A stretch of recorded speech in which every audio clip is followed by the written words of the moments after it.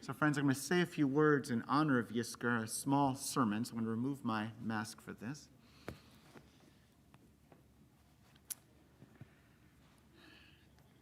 This is for many of us, the holy of holies of prayer services throughout the year. This Yizkor service. And although it is painful, it's particularly painful given how many in our country and our world have died, particularly of COVID, and we're holding in our hearts.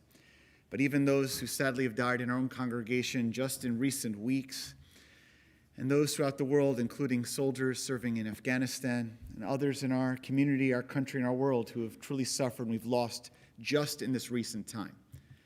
But Yizkor is not just a time to reflect on those we've lost recently, although that is acute, some in this past year.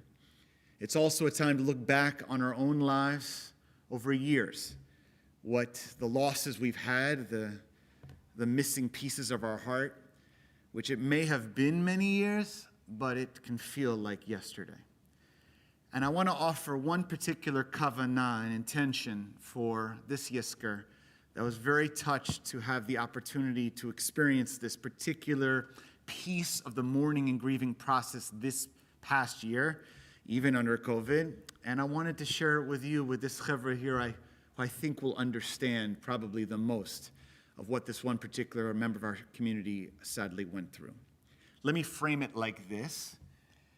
So on Yom Kippur, like all of our holidays basically, when you look in the Torah, it talks about sacrifices. In fact, Rabbi Jenny spoke beautifully about the issue of kapara. It's about sacrifices for atonement, especially on Yom Kippur. And the sacrifices back in the Torah, as described, were actual animals, actual slaughtering. And according to what the Torah describes, one of the many reasons why we do sacrifices at that time, of course don't do them anymore, is it said the smell of the sacrifice, or sacrifices, created something called a reach nichoach ladonai. Reach nichoach means a pleasing smell to God. So the idea, it appears, biblical scholars will tell you, is that when there was a slaughtering and a kind of burning of the flesh of the animal, it was a pleasing smell to God. It was kind of an offering to God in that way. So putting aside that ancient practice, and not everyone clearly is into sacrifices, it's a challenging text in itself. But what it does teach is that God and spirituality and emotion is not just in what we see or even in what we chant in our prayers. It's all of the senses. It's what we smell, it's even what we taste, and it's what we touch. That spirituality and memory and connection with the power that's greater than us goes through all the senses. That, I think, is quite profound. Why?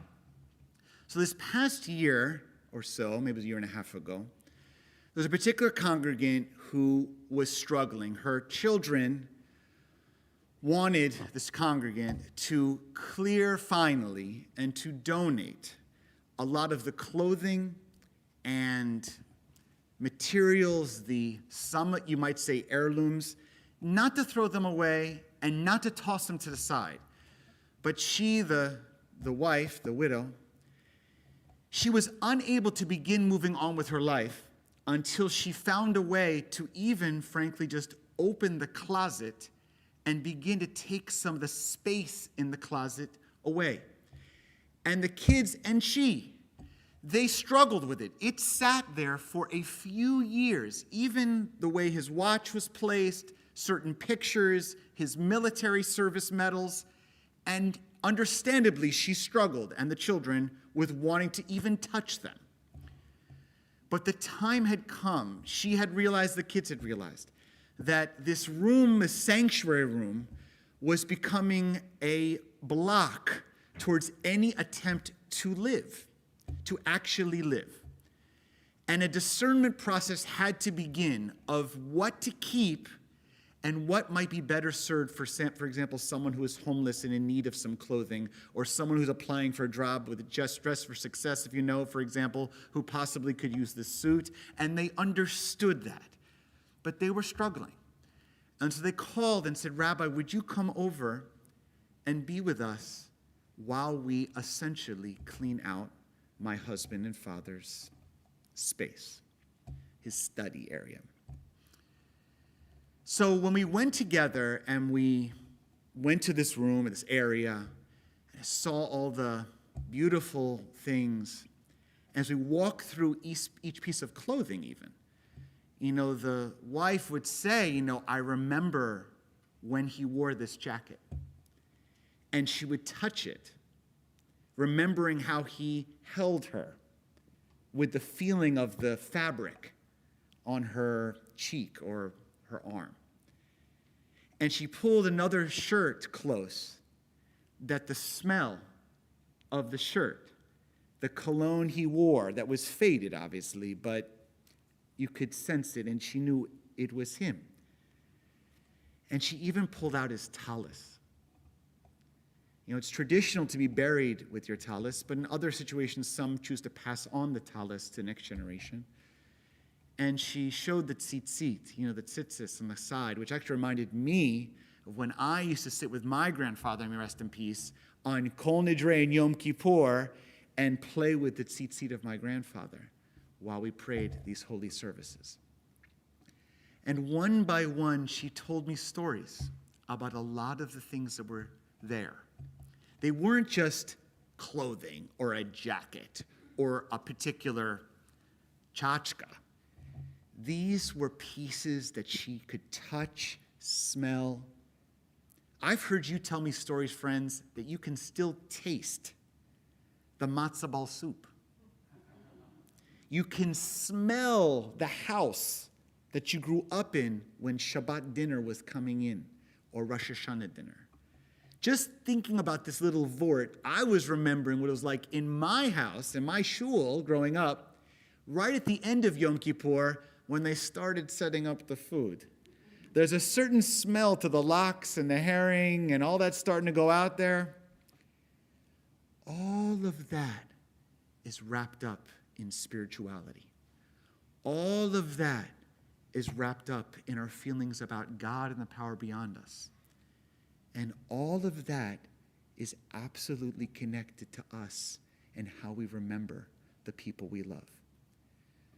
So on this Yom Kippur, in honor and memory of that wonderful family who did the courageous work of course, holding on to some of the items. Not all of them were given away. Some will be kept forever. But in honor of that tough work, that's the kind of tough work we're doing here in Yizkor. And for those of you that are at home, I invite you perhaps, if you have some item, something you can actually pull to hold during the Yizkor service in your dwelling, wherever you are, I invite you perhaps now to take a hand of it, to grab it, to place it with you. And for all of you that are here at shul who, may not be able to do that, maybe some of you here are wearing the talis or have the talis bag or have a kippah of someone, in your holding. But even if you're not, in a few moments when we take quiet time, I want you to do like God did with the pleasing odor.